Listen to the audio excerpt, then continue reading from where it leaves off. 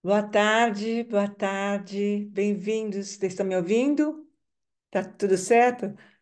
Boa tarde, bem-vindos à Confraria das Lagartixas. Eu sou Cláudia Belintani, curadora e mediadora da Confraria, e a gente está aqui na ciranda de leitura com esse livro que é uma pedra no sapato, que é, como diz a Maria Homem, um soco no estômago, que é uma viagem, né, para dentro de algum lugar que a gente desconhece, mas que eu tenho certeza absoluta que em algum momento todas nós, em alguma hora, em algum lapso de segundo, a gente se depara com essa hora mais escura e leva um susto e se assombra com a vida. E porque a gente está com o romance na mão, não é romance, né? Que não tem, são pensamentos, é uma mulher de classe média alta que mora numa cobertura e que de repente a empregada se despede e ela começa a habitar um apartamento que ela começa a se reconhecer de uma forma completamente diferente nesse processo. Então é uma coisa que não tem começo, meio e fim, mas tem pensamentos, tem divagações, tem de tudo um pouco, né? Tem essa coisa, tem rituais, tem sacrifícios, é uma viagem absurda, uma viagem eloquente, uma viagem em que ela nos traz de todas as formas, de alguma forma, em todos os contos em que de repente um cego está mascando chiclete e alguém se transforma. De repente, uma mulher em Copacabana pisa num rato ruivo morto e se transforma. E de repente, uma barata dentro de um quartinho pequeno branco faz com que alguém entre numa metamorfose completa e vá para o âmago do mundo. É porque a Clarice, ela precisa da escrita para poder sobreviver, para poder conter esse vulcão interior, né? Para poder dar um significado para a existência.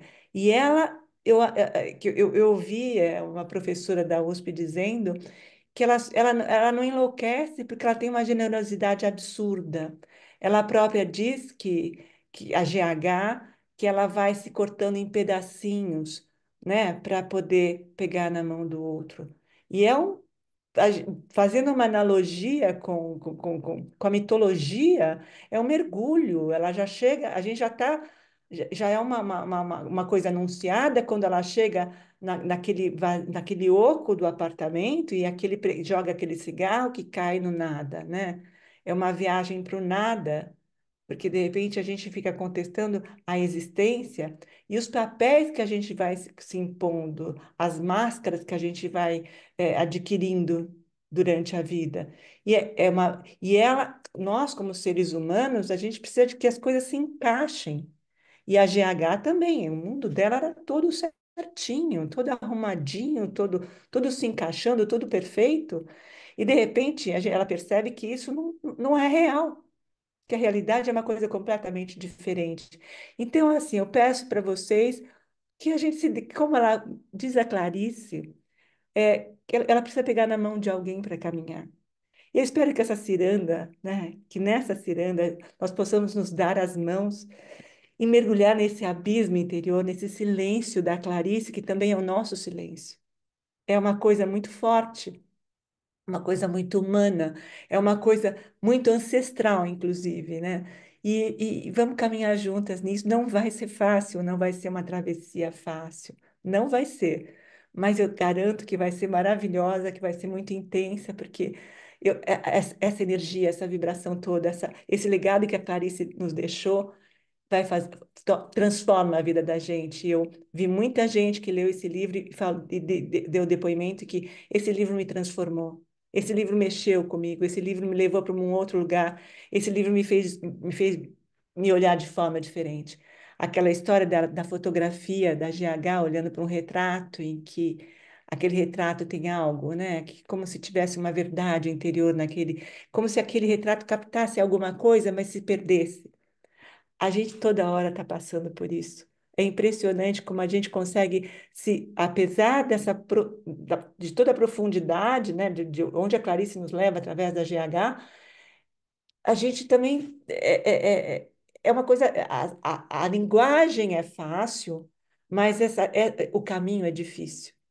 Então, bem-vindos. Estou muito feliz de estar com vocês. Estou aqui vendo gente nova, gente da confraria. Muito bom estar com vocês.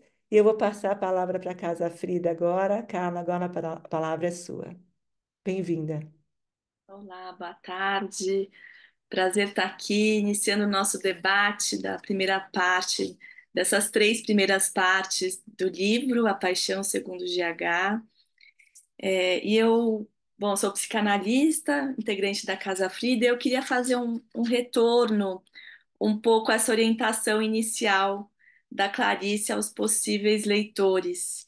Então, ela diz, né, no finalzinho dessa recomendação, antes de começar a história, aquelas pessoas que só elas entenderão bem devagar que esse livro não tira nada de ninguém. Então, acho que é interessante a gente pensar esse devagar nessa leitura que é tão cheia de metáforas e para a gente pensando também e devagarinho a cada parte. Acho que não é por acaso que ela mesma vai dividindo. Acho que é para dar um pouco um respiro para o leitor que vai acompanhando esse relato extraordinário, completamente fora da realidade de uma narrativa convencional, para algo muito mais profundo, de uma situação que essa personagem acabou de viver há algumas horas, né? Que parece que esse encontro com essa forma que não tem definição, desse momento em que ela se vê sem forma, misturada com esse todo, dessa experiência que se aproxima também da loucura, né? Quase uma experiência de loucura que ela vive há algumas horas atrás. Bom, essa primeira parte, ela já começa com esses seis travessões, né? Eu até fui mais uma vez procurar o sentido, o que que é um travessão, né? E um travessão, ele é usado para indicar o início de uma fala, de um discurso direto e para enfatizar. Então, eu fiquei pensando, se ela usa seis travessões, é porque ela de fato quer enfatizar esse discurso, né? Ela quer dar muita ênfase a essa experiência que ela acabou de viver, né? Tanto é que ela já começa a primeira frase sem ter uma letra maiúscula. A primeira frase do livro, depois desses seis travessões, ela diz: estou procurando. Ponto. Estou tentando entender, tentando dar a alguém o que vivi e não sei a quem, mas não quero viver, não quero ficar com o que vivi. Ou seja, é a experiência de uma personagem que passou por algo tão intenso nesse gerúndio, né, procurando, tentando, que lembra até o conto perdoando Deus, né, desse gerúndio, desse verbo que não termina, né, dessa ação contínua que não tem fim e que ela está ali muito assustada com essa experiência que ela acabou de viver, né, há algumas horas. E parece, né, um pouco essa fala da Cláudia, que ela convida nós, leitores, para dar a mão para ela conseguir, né, por meio da escrita, elaborar essa experiência desse encontro, né, com esse lugar que não tem forma. E aí eu estava resgatando é, alguns estudos sobre o lançamento do livro, que foi em 1964, e 64, e foi um período em que ela ficou um longo tempo sem escrever nada. E a Clarice, né, um pouco também isso que a Cláudia já trouxe, ela tinha muito a escrita como uma sobrevivência. E aí tem um relato dela, 10 anos depois do lançamento da Paixão Segundo GH, que ela diz o seguinte: eu não poderia viver sem escrever, mas passei uns 8 anos de aridez. Sofri muito. Pensei que não escreveria mais, nunca mais. E aí veio de repente um livro inteiro, que escrevi com muita satisfação, A Paixão Segundo GH. Aí não parei mais. E é interessante porque no ano em que ela lança A Paixão Segundo GH, é quando ela também lança a Legião Estrangeira, e que tem muitos esses personagens não humanos, né, que são as galinhas, os cães, o macaco, a barata, e que retrata muito essa dificuldade das relações humanas, né, dessa parte mais selvagem, mais animal das relações. E pensando também nesse título, né, a Legião Estrangeira, que a gente vai acompanhar aqui na Paixão segundo GH, esse lugar sempre tão estrangeiro para Clarice, né? Ela é muito estrangeira, muito à parte, nessa tentativa de pertencer, a se integrar a algo, e ela sempre um pouco dissociada de si mesma. Bom, eu fiz um resuminho aqui para não me perder, mas não quero me estender, porque acho que tem muita coisa nessas três partes. Primeiro eu queria falar dessa casa que acontece toda essa história, né? Desse cenário em que ela acorda de manhã, com aquela claridade de manhã, e aí ela vai caminhando para o quarto da empregada que tinha se despedido no dia anterior. E aí essa casa, nesse lugar meio estrangeiro, um lugar estranho a ela, né? Parece que ela não conhece muito bem essa casa. Então é mais uma vez esse sentimento de deslocamento, de não pertencimento que a gente vai vendo um pouco na Clarice.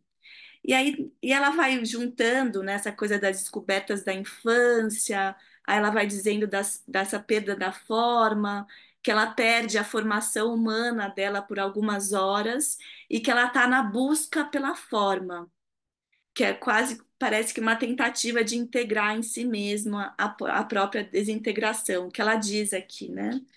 Em determinado momento ela usa essa palavra da desintegração. E aí, pensando nessa desintegração, aqui na Casa Frida, nós fizemos uma leitura do Diário da Frida Kahlo. É um livro bom, ele se tornou um livro e que relata os últimos anos da Frida e que ela também ficava sempre nessa forma e não forma e nessa experiência quase de desse medo de enlouquecer, né? Porque ela também estava sentindo muita dor. E aí tem um desenho, porque é um diário que ela escrevia e desenhava, e que o título se chama Eu Sou a Desintegração, e que me fez pensar muito nessa personagem. Eu vou até mostrar para vocês que é essa personagem quebrada, né? Meio desfeita, que ela desenha, né, como se fosse uma projeção da própria Frida. E aí eu fiquei pensando muito nisso, né, o quanto a leitura, a escrita da Clarice tinha essa função quase de um diário, né, de algo que para a sobrevivência dela, como ela mesma diz, né, dela precisar escrever para sobreviver. Como uma forma de salvação, né, que vai em total sintonia com a Frida, né, com os quadros da Frida, com o diário da Frida. E esse pavor que essa personagem de H vai sentindo de ficar indelimitada, né, de não ter limites, de se confundir com a sua volta. E ela faz uma brincadeira, né, com esse se perder e se achar, e que é interessante porque uma coisa é você se perder sabendo que você pode dar a mão e voltar para esse lugar. Uma outra coisa é se perder sozinha e não ter mais para onde voltar, né? Então essa experiência de desamparo absoluto, né? Quase de você estar sozinho ali numa situação em que você não sabe quem é você, quem é o outro, esse outro que te invade, e é tudo muito ameaçador, assustador, né? E ela vai pedindo essa ajuda para alguém dar a mão para ela, que ela está muito assustada. E aí coincidência ou não, eu tô lendo, ela vai, antes de falar dessa citação dela, que eu já vou falar para vocês, eu tô lendo um livro sobre a função do sono, do dormir, que é um livro do Mário Eduardo Costa Pereira, que chama Erótica do Sono. E ele cita uma passagem do capítulo que ela vai falar sobre o sono. Eu vou ler para vocês bem rapidinho, que é bem curto. Deixa eu ver só um minuto. Tá aqui, ó. É na página 16 aqui da minha versão, não sei qual versão que vocês estão, mas ela escreve o seguinte: dar a mão a alguém sempre foi o que esperei da alegria. Muitas vezes, antes de adormecer, nessa pequena luta por não perder a consciência e entrar no mundo maior, muitas vezes, antes de ter a coragem de ir para a grandeza do sono, finjo que alguém está me dando a mão, e então vou. Vou para a enorme ausência de forma que é o sono. E quando mesmo assim não tenho coragem, então eu sonho.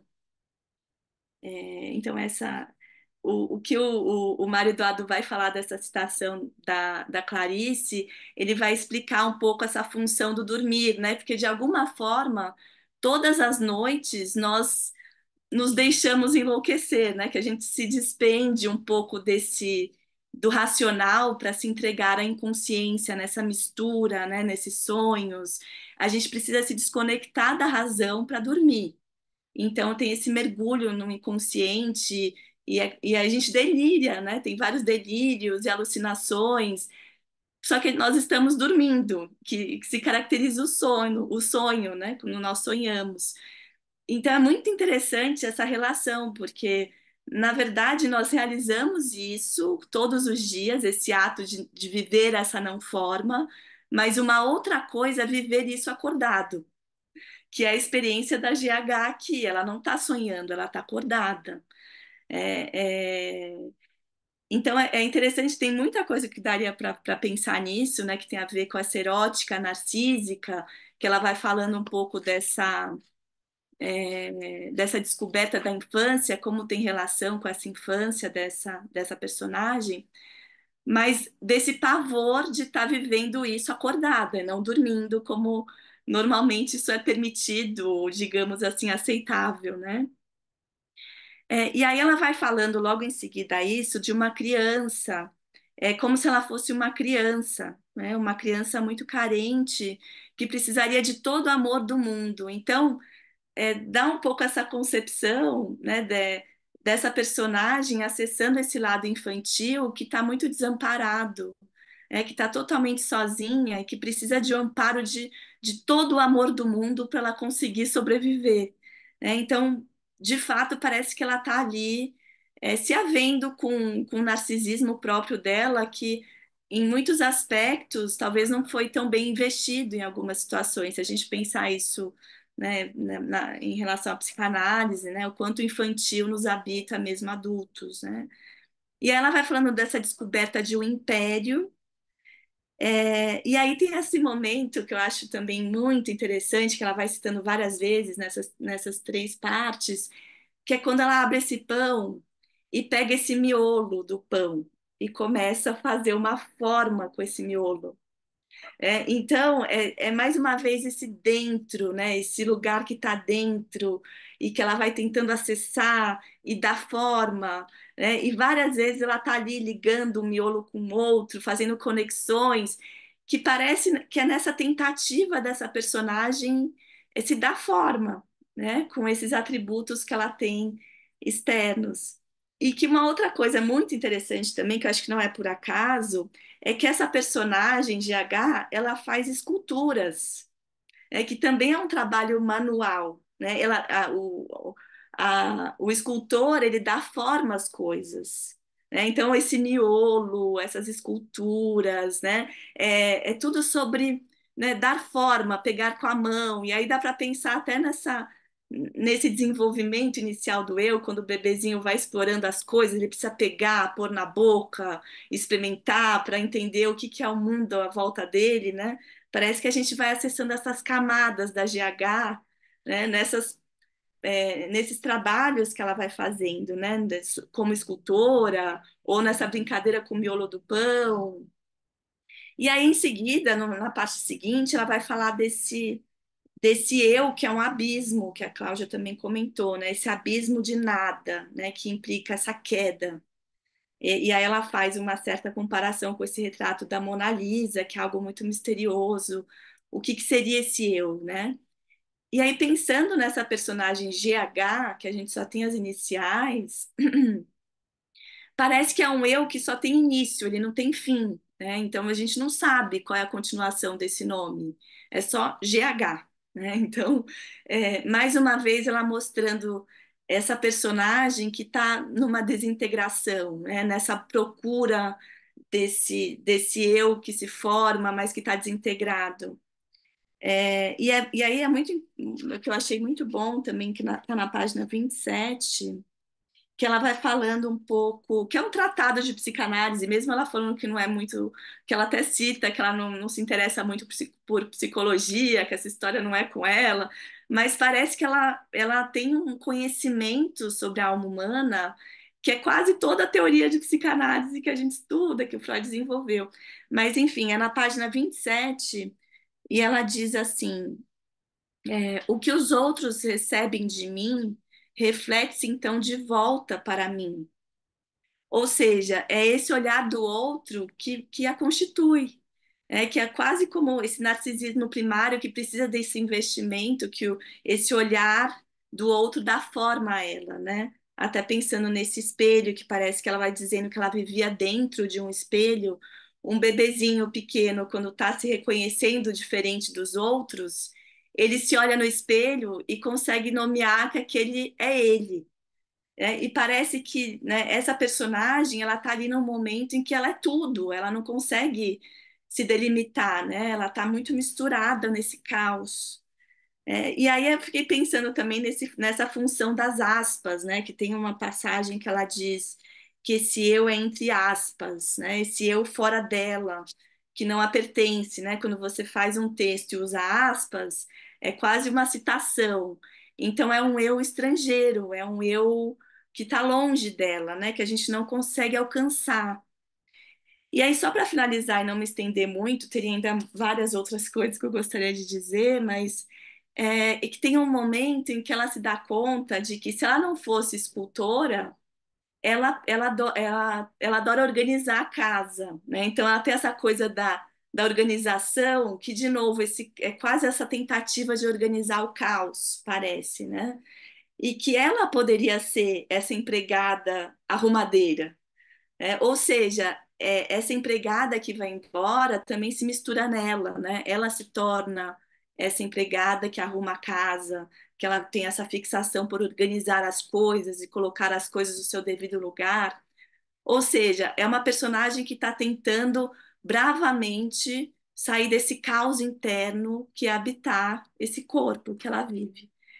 Enfim, aí eu só a última consideração é que eu pensei muito no livro do Raduan Nassar, numa passagem também que ela vai falando da claridade, que aqui está na página 17, que ela diz assim: o horror será a minha responsabilidade até que se complete a metamorfose e que o horror se transforme em claridade, não a claridade que nasce de um desejo de beleza e moralismo, como antes, mesmo sem saber, eu me propunha, mas a claridade natural do que existe, e é essa claridade natural que me aterroriza. Aí eu lembrei de uma passagem da Lavoura Arcaica, que também fala sobre a loucura, que ele diz assim: era boa a luz doméstica da nossa infância, essa claridade luminosa da nossa casa que mais tarde passou a me perturbar. Enfim, era isso que eu queria trazer, essas referências, o que eu fui pensando, ainda tem muitos outros detalhes, mas acho que o principal que a gente vai acompanhando nesse início é essa tentativa dessa personagem se dar forma com a nossa ajuda do leitor, que não pode soltar a mão da GH, né, nesse percurso. Mas, enfim, quero escutar vocês. Acho que eu acabei me alongando, mas é difícil falar desse começo sem se alongar, né? Então, bem-vindos e agora vamos circular. Eu não consigo pôr a mãozinha Pode falar, Leila. A palavra nessa é sua. barra. Bem-vinda, Leila. Então, Feliz de você estar abraço. aqui. Olha, foi uma correria, viu? Tive que vir correndo Acho bom. para casa. Bom, mas é fantástica a apresentação da Carla, né? Eu concordo com ela, eu acho que é um tratado mesmo de psicanálise, né? Que ela expõe. E quero dizer o seguinte, que a primeira tentativa de leitura foi assim muito cansativa, eu não conseguia ir adiante. Isso já há muitas semanas atrás. Eu queria ler com mais tempo, não foi possível, eu não consegui. Mas dessa vez, a leitura foi, ao contrário, muito tranquila. E eu achei assim algumas coisas bem interessantes. Eu concordo que é uma leitura para os fortes, né? Porque é um tranco, porque ela nos convida a entrar num surto psicótico. Eu acho que isso é a primeira coisa que se constata, pelo menos nessa parte inicial, né? Embora com a beleza da linguagem, né, e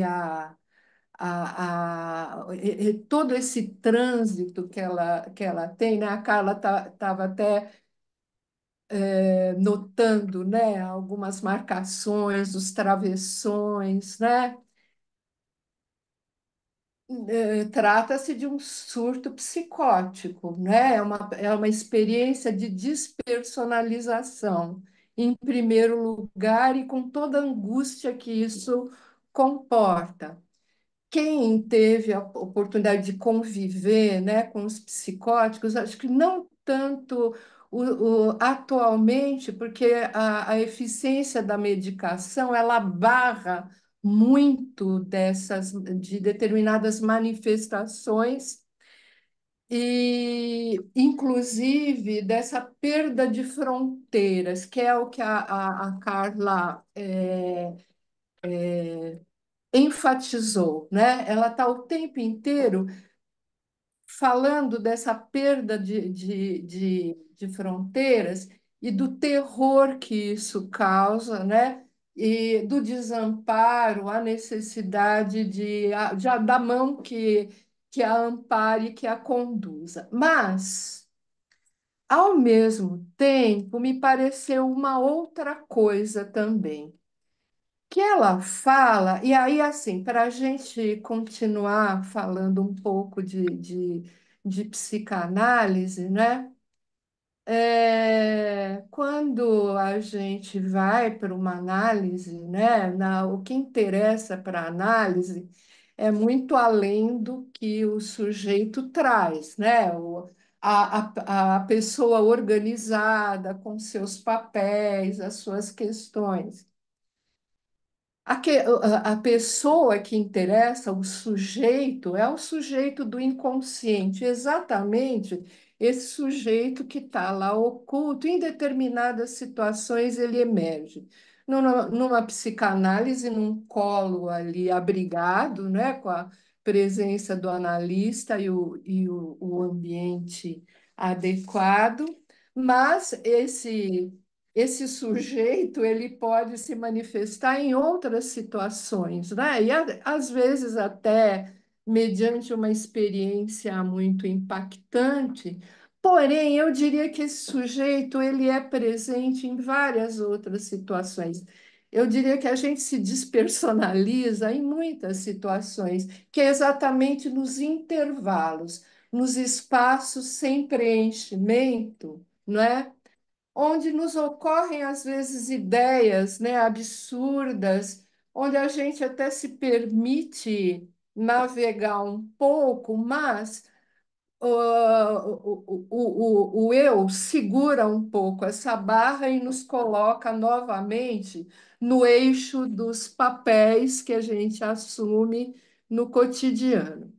E eu diria que ela, né, nessa primeira parte, com tudo isso, toda essa riqueza, né, de conteúdos que ela nos traz, e ela, ela trata também de uma história de vida, né? E porque eu suponho que isso venha de forma tão intensa. Ela é filha de imigrantes que tiveram que se adaptar, né? E daquilo que a gente sabe não é nada fácil, né? e ela perde essa mãe muito cedo, né? Pelo menos é o que conta a biografia. Então, essa experiência de desamparo, essa experiência da terra estrangeira, parece que fica definitivamente marcada. E em exposições a respeito sobre ela, é interessante porque ela está sempre triste, ela sempre tem aquela expressão muito entristecida, né? Mas nesse trecho ainda, eu acho que ela se percebe, né? Como ela sempre se percebeu dentro desses intervalos. Eu me lembro, inclusive, de uma, né, eu contei, acho que para vocês, essa exposição lá no Instituto Moreira Salles, num dos quadros, ela escrevia muito embaixo de cada quadro. Num deles, ela fala: eu aqui achei que tinha um abismo, e aí no contato com a pintura que ela estava fazendo, ela traz exatamente esse tipo de vivência. Qual? De despersonalização e essa coisa aterrorizante.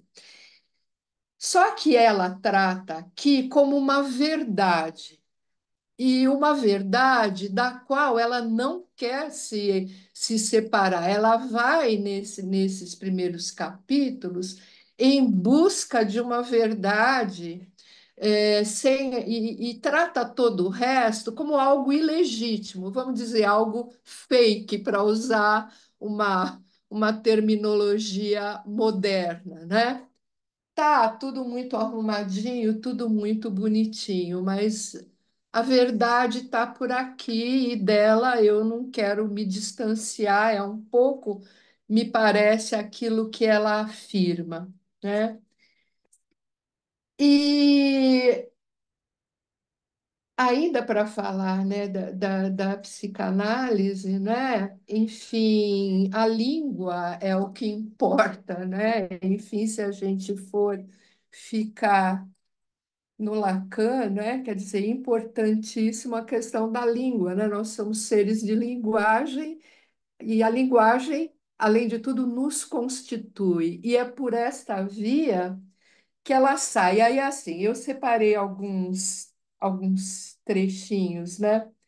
Aqui na página 18, né? Ela fala, mas é preciso também não ter medo do ridículo. E eu sempre preferi o menos ao mais, por medo também do ridículo. E que há também o dilaceramento do pudor. Adio a hora de me falar, por medo e porque não tenho palavra a dizer. Não tenho uma palavra a dizer, porque não me calo, então.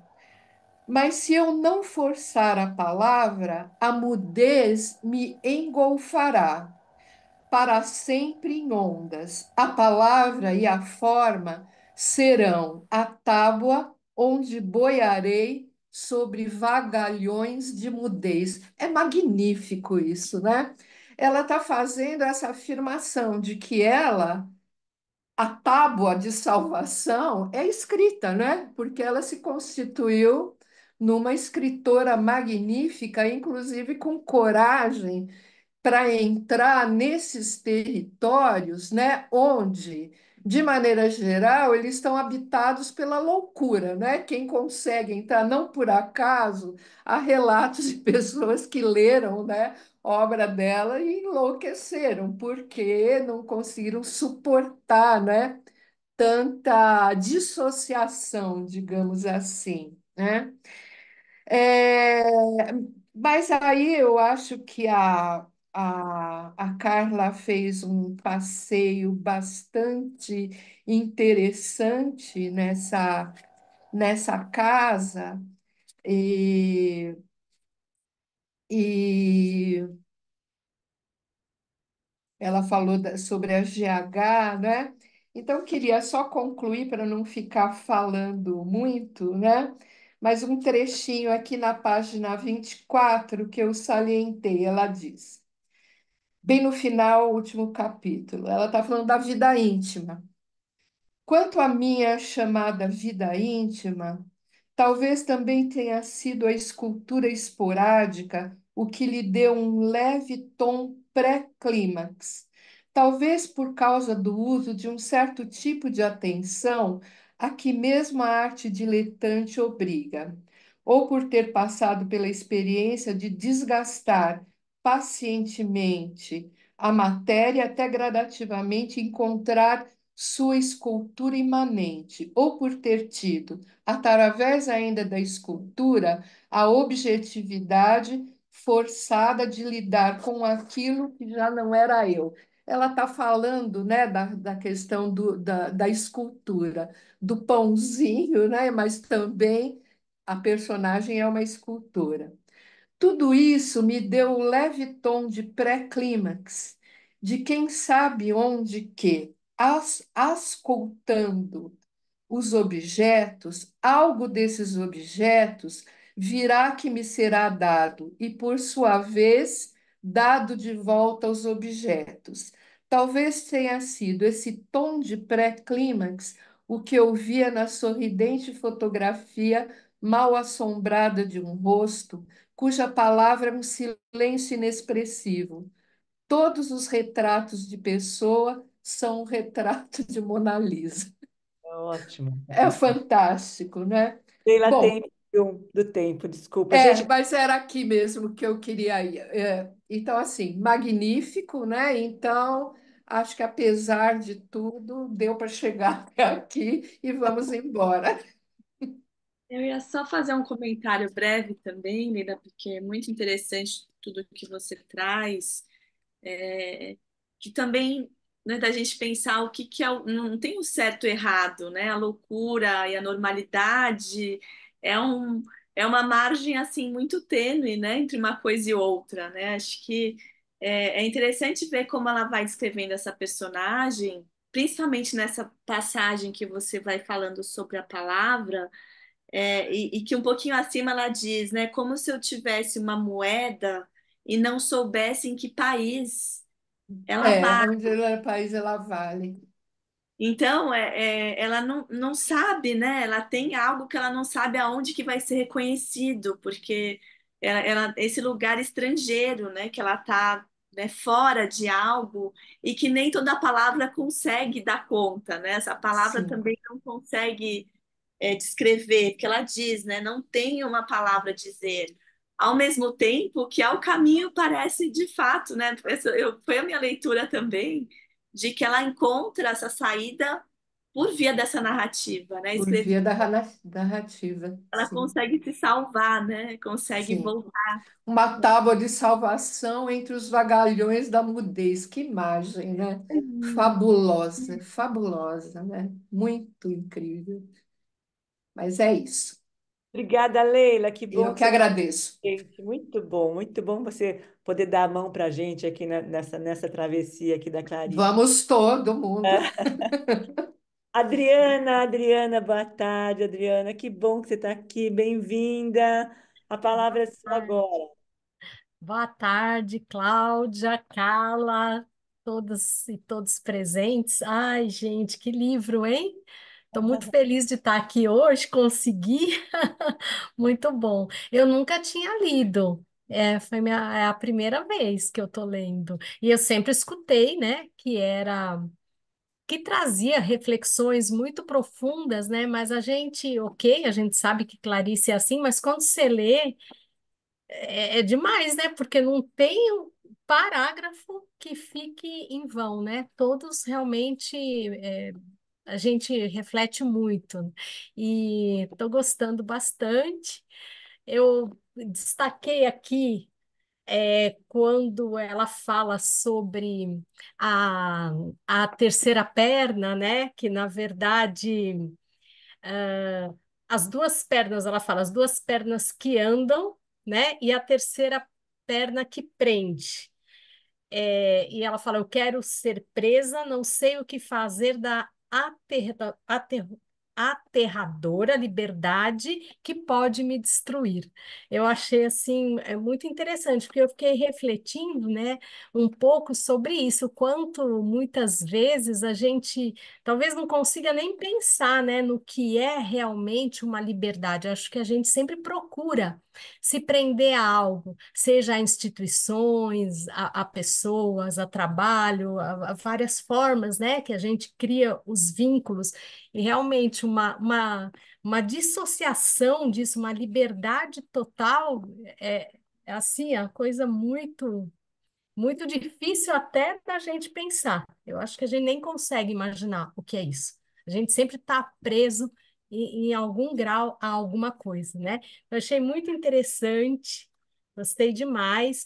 E também essa parte da vocação, a Carla falou, né, um pouquinho sobre isso, me impressionou muito. Quando ela falou que isso da organização, né, talvez fosse a verdadeira vocação dela, e até por uma questão assim, financeira e tudo, ela não exerceu. Ela poderia ter exercido alguma profissão, né, que lidasse com essa questão da organização, mas ela não exerceu.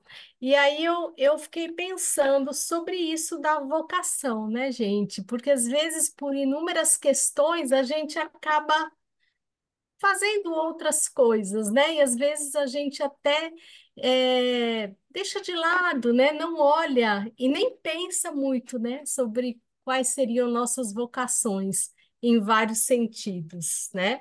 Isso também pegou bastante para mim. E outra coisa que eu gostei é aquela parte que eu também achei muito interessante do sentido, né? Que ela fala, né? Que quando eu não lembro aqui a página, mas assim ficou bem marcado, que quando que a falta de sentido é exatamente a assustadora certeza que ali há o sentido, né? É que às vezes a gente não quer enxergar o sentido, né? Isso que é interessante. Então a gente prefere dizer que não tem sentido nenhum, porque às vezes o sentido que tem nos assusta, né? Achei muito interessante. Então, assim, rapidamente, né? Muita gente para falar, mas assim, gostei muito da oportunidade de estar lendo e conversando com vocês a respeito. Obrigada, gente.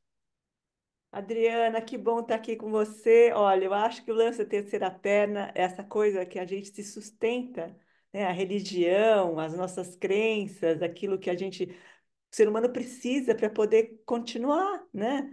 E apesar de toda essa intensidade como disse a Leila, desse surto, né? Psicótico que a GH descreve, como ela se entrasse num mundo surreal, a gente se identifica com os processos. Cada parágrafo, cada história, essa coisa de não enxergar, do grande olho, né, que está lá vigiando, né, desses papéis que a gente vai assumindo que não são nossos, né, e a gente vai colocando essas máscaras e depois a gente não sai, de repente a gente se esbarra na realidade, no verdadeiro, e leva um susto. Isso mexe tanto, isso revoluciona tanto dentro da gente, como a literatura transforma. É impressionante como é bom, né? Que bom que você está acompanhando a gente, Adriana, que bom que você está gostando e vamos continuar juntas. Obrigada Verdade, pelo carinho, muito bacana. verdade, Cláudia. Eu gostei também dessa parte do olho que ela fala, né? Que é o olhar de Deus, o olhar da moral, o olhar. Exatamente, muito interessante. Ela vai se despindo disso, ela vai se Aham, despendo disso, e quando a gente vai tirando essas coisas, como se a gente estivesse tirando as máscaras, aham. vai se desnudando e vai perdendo a forma, né? É, é, Essa, nos essa assusta, organização, impressionante. pseudo-organização que a gente acha que a gente se sustenta. Voltando lá nas pontes de Madison, que ela fala, eu vou ler, eu preciso ler essa sou eu, esta mulher sou eu. Ela está apoiada naquilo. Ela não consegue sair daquele processo, né? É impressionante. Sim. E ela nunca tinha se visto ela mesma, né, no filme. Impressionante isso. Ela E cumpriu aquela um outro mulher, papel. ela É, guarda aquela mulher em algum lugar. É aham. impressionante, é muito bom. Obrigada, Adriana. Obrigada, Bom, vamos obrigada. continuar juntas, tá bom? Vamos. Maria Augusta, bem-vinda, Maria Augusta, boa tarde. Palavra é sua agora. Não dá para brincar dessa vez de era uma vez, Maria Augusta. É que a Maria Augusta foi lá no debate da Casa Frida e elas estavam discutindo Clarice, né? Depois coloca o link para Carla, por favor. E eles abriram, fizeram uma introdução com a felicidade clandestina e a Maria Augusta faz uma alusão a um conto de fato. Mas bem-vinda, Maria Augusta, a palavra é sua agora. Boa tarde. Boa Como tarde. sempre, eu acho que eu vou me prender assim mais à estrutura do texto e como eu escrevi, porque eu não tinha tido coragem de ler esse livro. Eu tenho esse livro há séculos e não tinha lido. E agora, inclusive, eu vou ler conforme vocês forem estipulando quais os capítulos. Eu vou ler, que é para ir mais fácil, por favor, me avisa se eu ultrapassar o tempo. Eu aviso, pode Existem, deixar que eu estou matando. Obrigada, Maria Augusta. obrigada a você. Existem muitas indagações sobre a literatura de Clarice Lispector. Muitos veem os seus textos como uma epifania, uma manifestação divina. Tem uma escritora canadense chamada Claire Barran. Ela é autora do livro Línguas de Fogo, e também o mineiro Otton Lara Rezende, que era muito amigo da Clarice, que era aquele grupo ali mineiro, o Sabino, o Otto, o Lúcio Cardoso, enfim. E que eles viam a Clarice como uma feiticeira e consideravam sua literatura como textos mal disfarçados de magia. Otto Lara Rezende disse: tome cuidado com ela. Não se trata de literatura, mas de bruxaria. Clarice Lispector parecia alimentar essas opiniões, como disse, inclusive foi a Cláudia Belintani que disse que a Clarice participou de um congresso de bruxaria na Colômbia, ocasião em que leu o conto Ovo e a Galinha. Eu não sei se eu tenho a alma já formada, como disse a Clarice, mas eu espero que GH, ao longo da leitura, me dê, assim como deu a Clarice, uma alegria difícil. Uma outra coisa que me chama a atenção na Clarice é que o léxico, ele não é difícil. Poucas vezes eu vou ao dicionário para consultar uma outra palavra, mas com certeza ela faz uma alquimia, uma bruxaria, sei lá o quê, com as palavras, e para que o texto dela seja tão magnífico, tão original. Agora, indo para os capítulos. No primeiro capítulo, nós não sabemos quem fala. Sabemos que a narradora em primeira pessoa é uma mulher que viveu uma difícil e dolorosa experiência, porém não sabemos qual foi a ocorrência, ou seja, o fato que desorganizou sua vida e provocou tanto medo. Sabemos que essa mulher está destruída, fragmentada, não se reconhece como ser humano, mas ela quer se reconstruir, ela quer recomeçar. No início, ela nega com muita ênfase o que vivenciou e quer compartilhar essa experiência, mas não sabe com quem.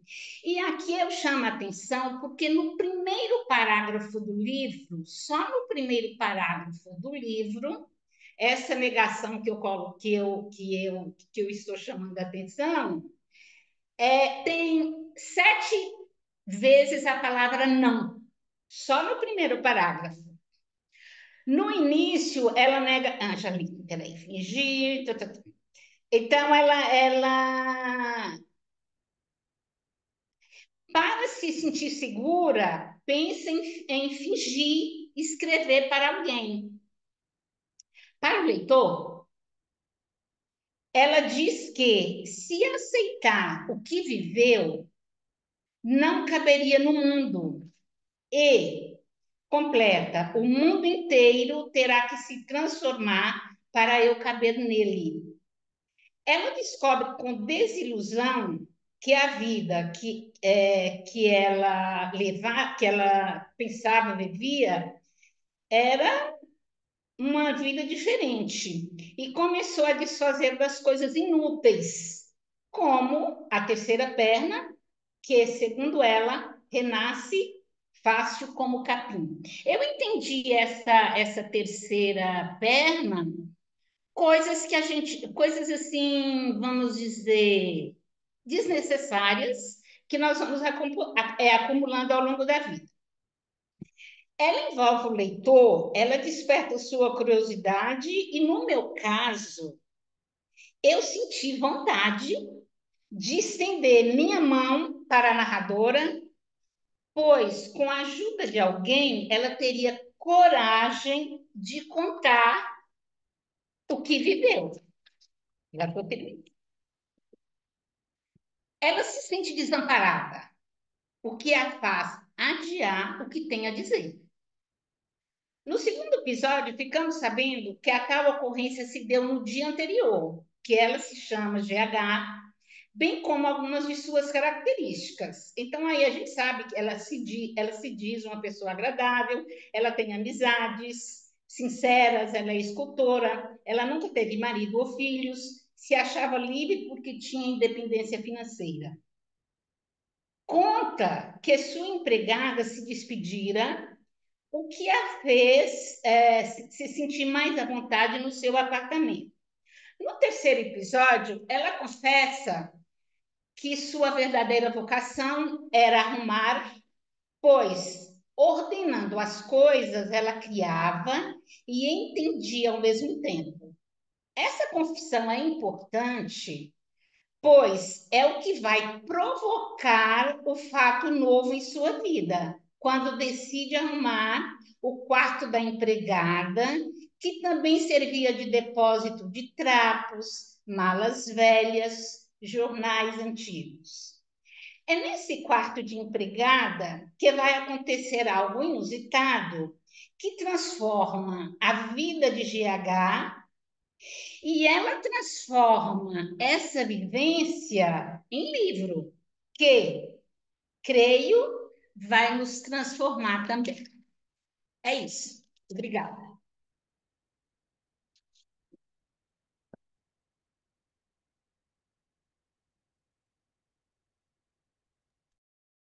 Maria Augusta, que coisa, né? Como você se aprofunda nos processos, né? Como a coisa, o lance da terceira perna, a literatura tem isso, cada um tem uma lente, tem uma forma de olhar, né? E você trazer essa visão diferente nesse processo é impressionante, né? E aí, com isso a gente vai trocando, a gente vai emendando, a gente vai trazendo todo esse processo para a nossa história. Muito bacana o teu estudo, a tua história, na história da Clarice, na história da bruxaria. Eu acho que a Paixão Segundo GH também tem uma coisa ritualística.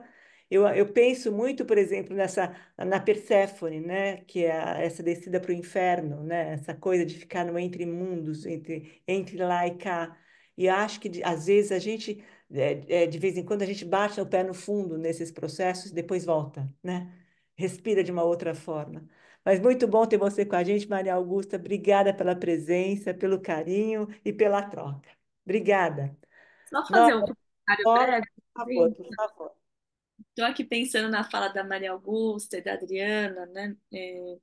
Eu acho que isso também que a Adriana trouxe, né, dessa falta de sentido, que está o próprio sentido, a gente discutiu As Águas do Mundo, com aquele conto lindíssimo, né, que ela vai entrando no mar, e ela também está entrando nesse perigo, né, de estar diante desse enigma, e como ter essa repetição, né, em todas as histórias da Clarice, que é um encontro, acho que com essa Mona Lisa, né, dessa figura um pouco misteriosa, e que, né, você não sabe exatamente para onde ela está olhando, né? Quem é essa Mona Lisa?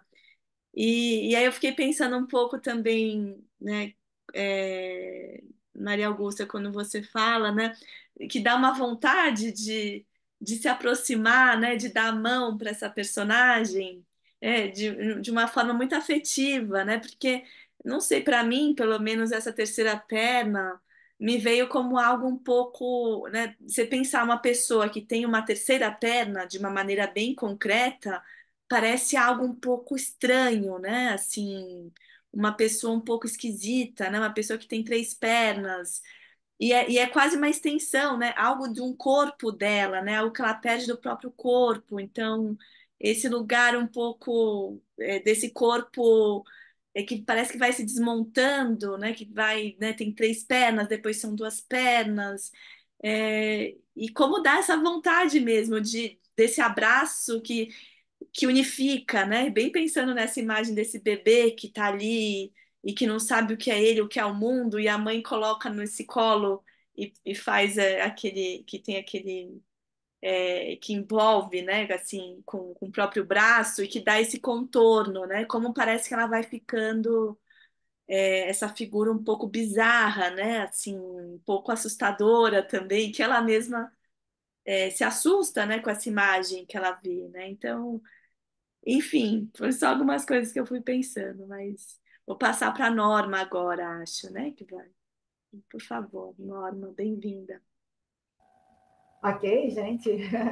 É a primeira vez que eu estou aqui com vocês. Não sei qual é a história de vocês, o passado de vocês no grupo. Eu achei interessante quando eu fui convidada.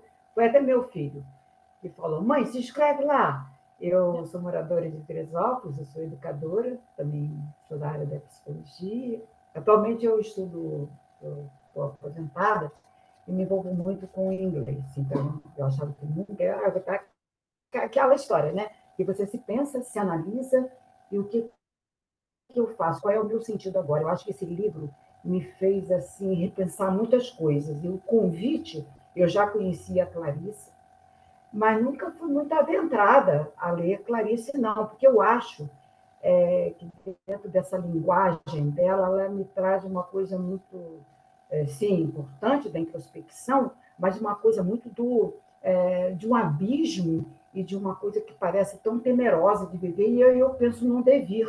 Quer dizer, tem sempre um devir, uma coisa que ela vai querer fazer, e aí, quando vocês falam aí, eu vinha se observando sem detalhar quem falou, mas da terceira perna, né, nesse livro, que é a terceira perna, e eu fiquei muito invocada com isso, e eu acabei pensando que poderia ser aquilo que nós chamamos um pouquinho da zona de conforto, porque nós precisamos ter isso na nossa vida para a gente poder lidar, mas tão logo, aí alguém falou aí no grupo, agora não me lembro o nome, a questão do sentido, faz sentido? Numa dimensão da nossa existência, tudo faz sentido. E agora não fez mais. E ela coloca nesse livro dela, nesses 3 primeiros capítulos, eu com o meu olhar de psicologia, meu olhar de educação e de filosofia, que é muito dentro da minha área, filosofia, eu fiquei pensando como eu lidar com isso. Então, ela estabelece aí uma atmosfera de introspectivo, mas é uma coisa tão enigmática e que me parece, às vezes, até um pouco assustador, porque parece que eu sou um pouco, talvez, capricorniana, e que eu sou muito pé no chão, e eu acho assim, é o que eu faço a partir de agora, mas ela está levantando, ela vai um passado, e quando ela lida com, aí eu vi um capítulo aí, eu só li os 3 capítulos também, quando ela lida com a questão da quarto da empregada, isso me trouxe assim uma análise de ela poder ver neste quarto alguma coisa tão organizada e ordenada, mas não é isso que ela vê na vida dela. Ela é uma pessoa desorganizada, talvez até desorientada, mas sempre buscando e sempre questionando. Ela se questiona o tempo todo. Eu me pergunto, como educadora e como psicóloga, onde eu vou chegar se eu não tiver, se eu não estabelecer para mim mesmo. Olha, me desculpe, mas esse é o meu ponto de vista. Se eu não estabelecer para mim mesmo qual pode ser o meu parâmetro? E aí eu me pergunto, tem parâmetro? O que faz sentido? Não é? Então, o que eu posso fazer a partir de agora? Parece que eu sou uma pessoa muito assim, mas não é isso que eu vi nela. Eu acho que ela está sempre só na questão do questionamento, questionamento, e vai acontecer um devir. Vai acontecer, não vira ser, mas ela só levanta. Levanta e levanta e fala aonde ela quer chegar. Então, eu acho que isso é a questão de entrar no quarto e ver uma coisa um pouco mais ordenada e simples. E ela contrasta com o jeito dela, que é um de busca, um de introspecção, de busca e de, vamos dizer assim, uma confusão mesmo, porque ela ainda não se encontrou, o tempo todo ela não se encontra, mas ela vem à busca disso. Então, eu acho muito interessante quando esses pontos não têm respostas, e aí eu acho que é importante na leitura, né? Não tem respostas, mas quem lê está tentando dar a mão, como alguém disse, eu tive vontade de dar a mão a essa pessoa, né? Porque a gente parece que tem, talvez pela minha própria idade, tá? Então, acho pela experiência, né? Pela experiência, eu sou mãe de 5 filhos, 11 netos, professora, enfim, eu me acho assim, então, o que eu posso dizer agora para ela? Eu posso dizer, mas ela é uma pessoa que mostra para a gente esse enigma, esse enigmático, e que nos faz crescer. É isso que leva, acho que o livro nos traz muito isso, essa possibilidade de a gente não ter uma resposta, mas que a gente vai encontrar a resposta. E isso eu acho que é de cada um. Quando ela fala do negócio da barata, que ela estabelece, parece que isso até eu anotei aqui, no terceiro capítulo, que ela fala da barata, é você lidar com a questão da repulsa e do medo, porque ela levanta um questionamento aí, e ela, na verdade, está refletindo essa própria vida dela. Ela lida com uma certa organização no quarto, mas ela questiona essa organização. Ela é uma pessoa cada vez mais insatisfeita, é uma pessoa que cada vez mais está se encontrando, mas ela não está se vendo, mas ela está se encontrando, ela está chegando. Então, lidar, eu acho, com a barata é a gente lidar com os nossos medos, é lidar com... Isso mostra para a gente essa repulsa que às vezes a gente tem. Ah, eu fiz, mas eu já fiz, mas agora eu tenho que fazer. Meu medo, minha coragem, como eu lido com isso? Então, ela traz muito essa vontade, e eu vejo na forma da, da GH, né?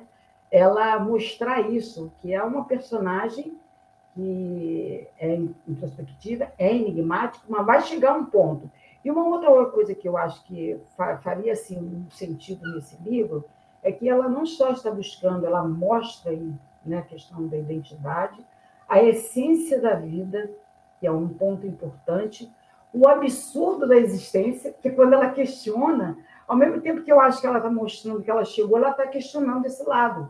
Essa terceira perna aí, essa que ela coloca, é muito importante para nós, porque nos dá uma sensação, parece que de um desequilíbrio. Vai ou não vai? Vai ou não vai? Que a terceira... Mas serviu, a terceira perna serviu. Agora não serve mais. E é isso mesmo. Todo momento, a gente na vida, a gente, a cada patamar, eu acho que na existência que a gente não sabe nem, talvez, medir isso, mas é existencial, a gente diz assim, eu atingi, mas não percebi que atingi, mas eu já atingi. Eu já atingi, mas não senti. Então, agora eu quero mais. E aqui é uma pessoa insatisfeita, porque ela quer cada vez mais chegar a um lugar, a um ponto que talvez nós desconhecemos. Para ela também está desconhecido, mas ela vai chegar. Todos nós chegamos de alguma forma, nós chegamos, nós deixamos um pouquinho essa zona de conforto e vamos a mais, né? Vamos para frente.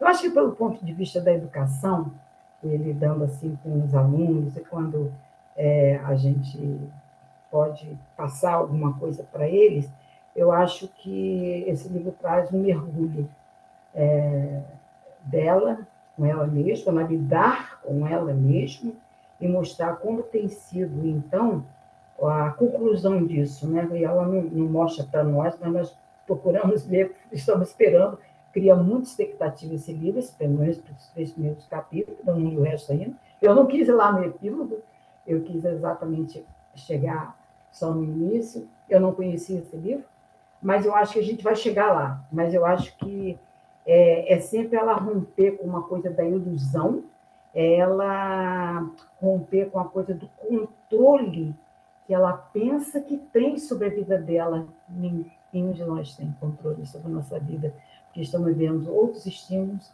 outros momentos, outras etapas, e a gente pergunta, faz sentido? Faz sentido. Eu acho que é isso que eu queria dizer. Assim como primeira vez, que até vou dizer para vocês, é a primeira vez que participo de um, de um clube de leitura. Sempre me perguntaram, mas depois que eu me aposentei, eu resolvi estudar inglês, porque eu achava que eu nunca ia ser capaz. Então, eu vim essa semana da Alemanha, eu cheguei de um passeio, né? E eu disse, o que eu queria fazer lá era trabalhar em inglês. E aí eu fiz, eu falei, e eu pensava que nunca ia aprender. E é isso, nós temos medos, criamos zonas de conforto, mas de repente tem que chegar lá e cortar isso, romper com um pouco da ilusão, romper com essa questão do nosso controle sobre o cinema, que eu não sei até que ponto temos esse controle, eu não sei, mas a gente está avançando. E o que é importante é ser feliz. Né? Então, eu acho que o que o livro pode levar a gente é a gente ter uma perspectiva positiva em relação de todo esse enigmático e essa introspecção que o livro nos traz. Eu achei interessante a sugestão de vocês com relação a ela, porque eu nunca li muito sobre ela. Eu li algumas coisas na adolescência, e enquanto eu trabalhava na educação e tal, na psicologia já foram outras leituras, mas, ao mesmo tempo, eu não tenho tanto tempo, né? A gente vai criando um bolo de livros e não lê tudo. E aí ela está lá também na estante, como alguma de vocês aí disse. Está na estante, eu nunca tinha, até tinha livro. Eu não tinha esse livro, não. Eu comprei esse livro agora. Então, achei muito interessante tudo que foi passado. E o que eu estou ouvindo de vocês, quais são as visões que cada um de vocês tem, né, em relação... Teve uma análise bastante, logo no início eu vi, aprofundada da psicanálise, né? E do Lacan, da linguagem, muito importante dentro da psicologia, mas também vi as outras colocações em termos mais até educativos, em termos mais de exploração do livro, entender esse livro no contexto. Eu acho muito interessante todas essas abordagens. Isso só acrescenta as nossas leituras e a vontade de participar. Muito obrigada por estar aqui. Tá bom?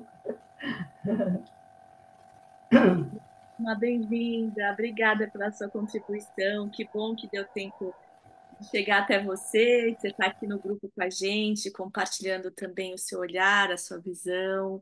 E eu achei muito interessante você falar dessa experiência de aprender uma nova língua e como a Clarice ela traz mesmo esse lugar estrangeiro, né? De quase como são palavras que a gente identifica, mas que unidas numa mesma frase parece que é um lugar também muito estrangeiro, mas que nos pertence, né? E aí eu fiquei pensando até numa passagem que ela vai falar da fotografia, que precisa revelar o negativo, né? É muito interessante, né? Pensando um pouco no que a Norma também falou, né? Dessa tentativa dela de dar essa forma a ela, né? Nesse mergulho com essa coragem e ela precisar se ver, né? Eu fiquei pensando muito nessa imagem da fotografia também, né? O quanto desse eu que precisa ser visto de fora, né? Para também encontrar um sentido. Mas, enfim, queria agradecer, Norma, de você estar aqui com a gente. Beleza. A gente fica chegando a Só parar. só um minutinho pelo que você falou, porque eu no início ia falar e não falei. Quando uma das participantes aqui colocou do lugar estrangeiro, que ela é, né, filha de imigrantes e tal, eu, na mesma hora, você sabe aquela coisa que você se sente, mas eu também, quando quis aprender inglês e quis ir para o lugar estrangeiro, eu tive que me transpor para lá, vestir uma nova camisa, vamos dizer assim, dizer, eu vou, eu posso. E eu questionei, eu tive medo, e aí eu já estou. Então, eu falei, e aí eu pude me sentir muito bem, o que uma das nossas colegas, uma das participantes, colocou do lugar estrangeiro que isso consistiu para ela, também é um lugar estrangeiro para nós em muitas outras atividades, em novas atividades, né? Porque os estímulos estão aí, nós estamos ao redor disso, e a gente precisa, na verdade, selecionar. Porque se a gente não selecionar, a gente vai ficar numa desorientação total. Vamos ter que estabelecer um parâmetro. E qual é esse parâmetro? O que é normal? O que não é normal? Isso traz para a gente uma série de conceitos, né? Da gente refletir sobre os conceitos que a gente acha que muitas vezes eles já estão prontos, não estão prontos, não. Nós precisamos nos inserir nisso e ajudar a desmistificar um pouco, né, essa noção, esse conceito. Muito obrigada, muito obrigada. Gostei de ouvir. Obrigada, Norma. Obrigada pela presença. Lembrando, gente, eu vou, porque na ciranda, eu vou falar de novo sobre o tempo, estou marcando o tempo, e às vezes eu vou ter que tirar, né, um pouco a fala, porque senão a gente não vai. O nosso tempo da ciranda é menor que o da confraria. Mas, Norma, tem a Confraria das Lagartixas também, entra lá depois, porque a gente discute filme e contos. Sônia, bem-vinda, Sônia, a palavra é sua agora. Boa noite. Oi, boa noite. Olha, Bem-vinda. muita coisa para comentar. Claro que eu vou tentar fazer uma síntese da minha síntese aqui. A Carla já falou bastante coisa do que eu anotei, então eu vou só pegar algo mais simples para não tomar muito tempo. Com relação à questão do quarto, de que ela vai, na verdade, vasculhar o quarto, né? Tentar descobrir aquele quarto. E a questão aí do estrangeiro, ela também como filha de imigrante, mas chegando ao final do capítulo de hoje, eu não ainda é a minha primeira leitura, eu fiquei me perguntando se este quarto não seria ela mesma. Porque, inclusive, não sei se eu estou vendo coisa que não existe, mas me pareceu isso, porque tem uma passagem em que ela fala que se não seria ela colocando um ponto final, inclusive naquela manhã. E depois, quando ela fala, bem no finalzinho, sobre o edifício, que o edifício é claro, tem uma lisura na superfície, ela usa o pronome em primeira pessoa. Ela fala o meu edifício. E ela repete isso mais adiante. E fala que o bojo, então, aparentemente tudo liso, claro, mas que o bojo desse apartamento, aí ela começa a descrever tudo que tem lá dentro. Me lembrou muito, eu fiz uma alusão com o filme As Pontes de Madison, até considerando que o comentário do José Castelo, que ele chama de rotina civilizada, a vida que era vivida pela GH. E aí ele chama a atenção para que ela, e só depois desse ato, não, só um minutinho, que ele fala dos filhos, o inseto a apanhou em meio à sua rotina civilizada, entre os filhos, afazeres domésticos e contas a pagar, e a lançou para fora do humano, deixando-a na borda do coração selvagem da vida. E aí eu me lembrei dos pacotes, né? E desses pacotes aí fazem parte os filhos, os compromissos, o marido, a vida e tantas outras coisas. Então, seria isso. Eu me antecipei também porque eu assisti ao filme, que é para o próximo encontro. E claro que lá no filme, literalmente, são as pernas, literalmente. Aqui, ela fala numa terceira perna, como o tripé, e a Ana Augusta, né? É isso que Maria falou sobre Augusta. Maria Augusta. Se esse tripé seria, na verdade, as coisas que a gente vai trazendo, vai acumulando, algo assim que a Maria Augusta falou.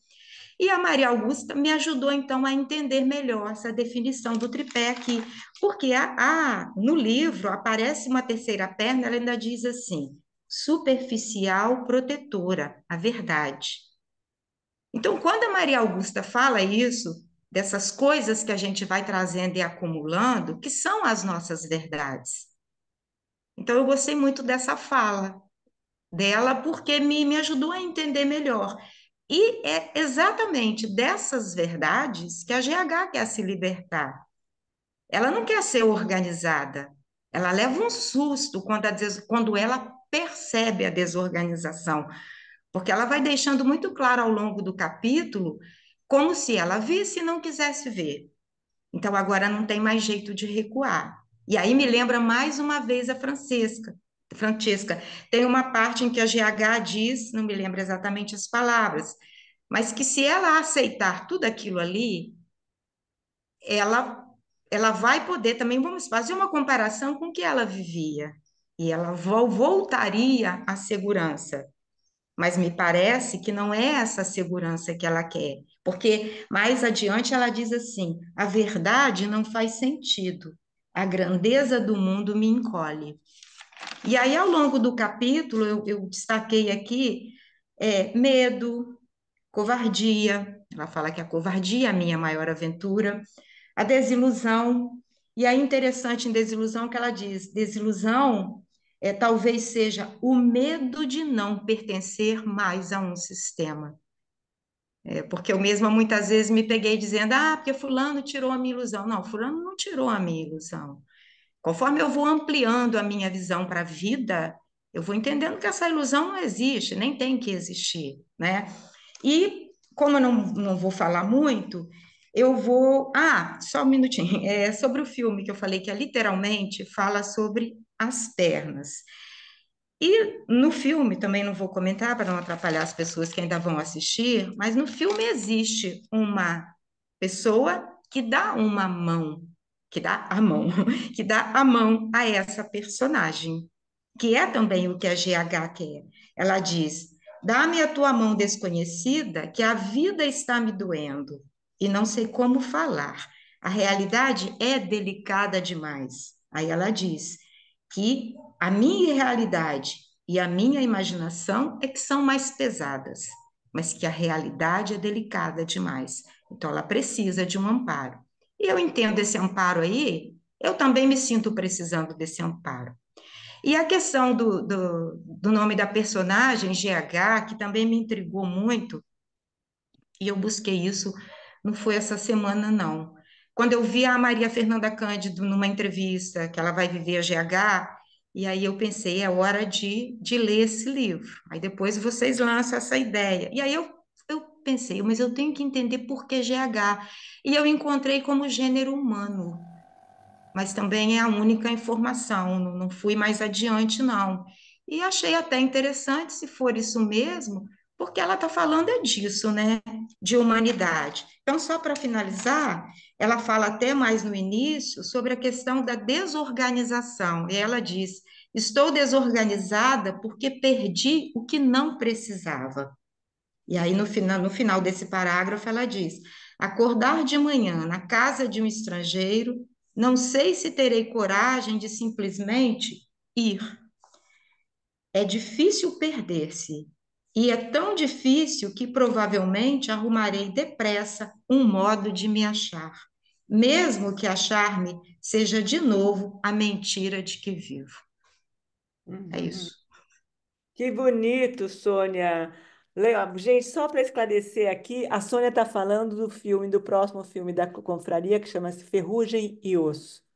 E tem algo relacionado a pernas ali no filme, e eu não vou falar porque também não quero estragar É, a viagem com o filme. Porque nós estamos agora a gente vai discutir os contos da Clarice junto com a ciranda, né? Na roda de conversa da confraria, a gente vai estar com o filme, com os contos da Clarice. Então, os filmes são, de fato, para chacoalhar. E eu acho que essa coisa, Sônia, bacana, tudo isso que você trouxe, esse teu aprofundamento. O GH é o nome que ela dá, né? O gênero humano não é necessariamente isso que ela está dizendo. A gente vai se identificando com os processos, né? E essa coisa da desorganização, ela percebe que a vida dela se encontra no caos. Ela desce para essa história, ela entra nesse buraco e ela percebe que é ali que está a verdade. Porque como traz a Maria Augusta as coisas que a gente vai acumulando, pode ser uma religião, pode ser aquilo que a gente se apoia durante a vida para não ter que enxergar uma realidade mais crua também, né? Mas a visão de cada um é que faz o grande da história, da nossa história aqui. Então, isso que você trouxe é uma delícia da gente poder ouvir também, muito bacana. E eu estou passando a palavra para a Geni por causa também do tempo. Eu vou passar para a gente poder, eu vou ter que dar uma diminuída na Oi, ciranda. eu Geni, vou ser. Oi, a palavra é sua, bem-vinda, pode boa falar. tarde. Meu nome é Sara e eu vou ser muito breve. Na verdade, gostei muito dos comentários dos que me precederam. Eu queria. Bom, a história da terceira perna, eu já tinha pensado nisso. Quer dizer, é o tripé, é o que te mantém estável, é o que te impede de que te deixa estagnado, que te impede de evoluir, que te impede de progredir. Então, é bom você ter um certo desequilíbrio para poder mudar, para poder avançar, para poder se transformar ao longo da vida e não ficar estável, preso a preconceitos ou, ou presos a ideias ao longo da vida. Quer dizer, eu acho, quer dizer, a terceira perna é o que te impediria de ter uma evolução. Mas, ao mesmo tempo, ela gera estabilidade, ela dá estabilidade e você procura ter a terceira perna para se sentir mais tranquilo. Mas talvez impede a evolução digamos, nesse sentido, você deveria tentar evitar de ter esse apoio. Bom, outra coisa que eu queria comentar, quando ela diz que a única vocação dela, a vocação verdadeira, é arrumar, né? Ordenar as coisas, e assim ela cria e entende ao mesmo tempo. E aí eu entendi ordenar letras, ordenar palavras, é a linguagem, é a escrita dela. Eu não entendi no sentido de arrumar, poderia ser no sentido de arrumar a casa, mas eu entendi muito mais no papel dela, ordenar as palavras, escrever, e ao mesmo tempo a escrita permite entender o eu dela. E outra coisa que eu achei, quer dizer, o que ela. Tem um momento que ela diz assim, que ela se vê, onde eu pus isso? Quer dizer, na verdade, ela se vê como os outros a viam. Era assim que ela se enxergava. E isso é muito pouco. Ela queria desorganizar isso para entender o seu eu profundo, não ser apenas o que os outros a veem. Ah, basicamente, e GH eu também já tinha pensado nisso, que é qualquer um, qualquer ser humano poderia passar por tudo aquilo todas as vivências que ela está tendo. E essa história do quarto, corredor escuro pelo qual ela se encaminha, quer dizer, eu acho que é os aspectos mais profundos, inconscientes, que te assustam, ah, que você não quer chegar perto disso, né? Quer dizer, te causam desconforto, você quer deixar de lado, você quer ignorar. Basicamente é isso. Sara, obrigada pela sua contribuição. É muito interessante como ela vai fazendo um jogo com as luzes também, né? Que é esse amanhecer com esse sol da manhã e depois esse corredor escuro É. e que a gente vai acompanhando, circulando nessa casa, que é muito bem colocado, assim, né? Pelo menos do que eu entendi que você disse nessa tentativa dela se organizar, né, dessas palavras, que ela vai tentando ordenar, e essa casa também, que é quase uma metáfora dela também, né, que ela vai iluminando lugares que depois ela não consegue se libertar mais, ela fica, né, com essa claridade depois com esse escuro e que ela embarca nessa viagem que a gente vai acompanhar em breve. Mas obrigada pela sua participação, Sara. É sempre muito bom a gente ter essa troca e esses diferentes olhares, né, que a gente É, vai. e essas palavras que ela usa às vezes, subindo horizontalmente, quer dizer, como você pode subir horizontalmente? Ela vai da cauda até o living, né? Quer dizer, são jogos de palavras incríveis, eu acho. Ela é muito isso, Sara, também. Felicidade clandestina. É Sim, uma alegria difícil, né? Ela traz uma história e depois ela desmonta essa história. exatamente. Ela contrapõe coisas opostas, né? Total, total, é muito claríssimo. Ela desmonta a palavra, né? É o claro e o escuro mesmo, é impressionante, é muito rico, é muito cheio de significado e é muito o que cada um viveu também. Não existe uma Uhum, não tem uma fórmula para ser seguida. Não tem é, algo que isso quer dizer isso. Não. Cada um enxerga da forma que vivenciou durante a própria vida esse tipo de leitura. Agora eu vou, Paloma, vou te chamar agora. Obrigada, Sara, pela presença. uhum. Obrigada pelo carinho, por estar com a gente. Paloma, a palavra é sua agora, bem. Olá, pessoal, boa tarde. Pode. Tô meio tímida, é o meu primeiro clube do livro. Eu sempre gostei bastante de ler quando eu era criança, acabei me distanciando disso e tô voltando agora. E achei a leitura assim bem um pouco difícil, complexa para mim. Me deixou bem pensativa essa coisa da terceira perna e aqui no falando com todos, ouvindo, né? Eu percebo que intrigou muita gente, não foi só a mim. Eu acho que a personagem, ela traz muito uma crise existencial, sabe? É o que eu sinto, até me identifiquei um pouco. E eu acho que a terceira perna, ela representa muito as crenças que nós carregamos. E a GH, ela tem essa segurança, ela tinha, né, segurança em suas crenças, em sua vida anterior.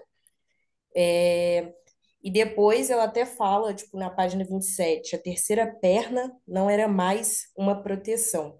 E eu acho que isso tem muito a ver como que muitas crenças que nós carregamos ao longo da vida ou em pouquíssimo tempo, crenças que eram super confortáveis, podem se tornar insustentáveis. Aquilo que fazia tanto sentido pode não fazer mais sentido. E aí eu acho que ela entra muito em uma crise de identidade. Eu me vejo até passando um pouco por isso, então eu me identifiquei quando eu vi que iria ser esse livro, eu fiquei bem animada quando eu pesquisei sobre ele porque eu nunca li sobre a Clarice Lispector, é a minha primeira vez. E na página 22 ela fala: Eu não sei mais o que sou. Então, eu acho que quando a gente começa a questionar as nossas crenças e as fragilidades das estruturas das crenças que nos sustentavam, vem essa crise mesmo de identidade. E é isso que eu sinto na GH, essa crise de identidade por conta de ver a fragilidade de muitas estruturas que ela carregava com ela. E tem o trecho onde ela fala também na página 26 que era preciso que eu deixasse essa terceira perna. Eu acho que deixar essa terceira perna também está dentro, né, dessas crenças. Por exemplo, vou me usar como um exemplo. Eu cresci em um lar muito religioso e hoje em dia que eu gosto muito da ciência, pesquisando, lendo muito, já não faz tanto sentido.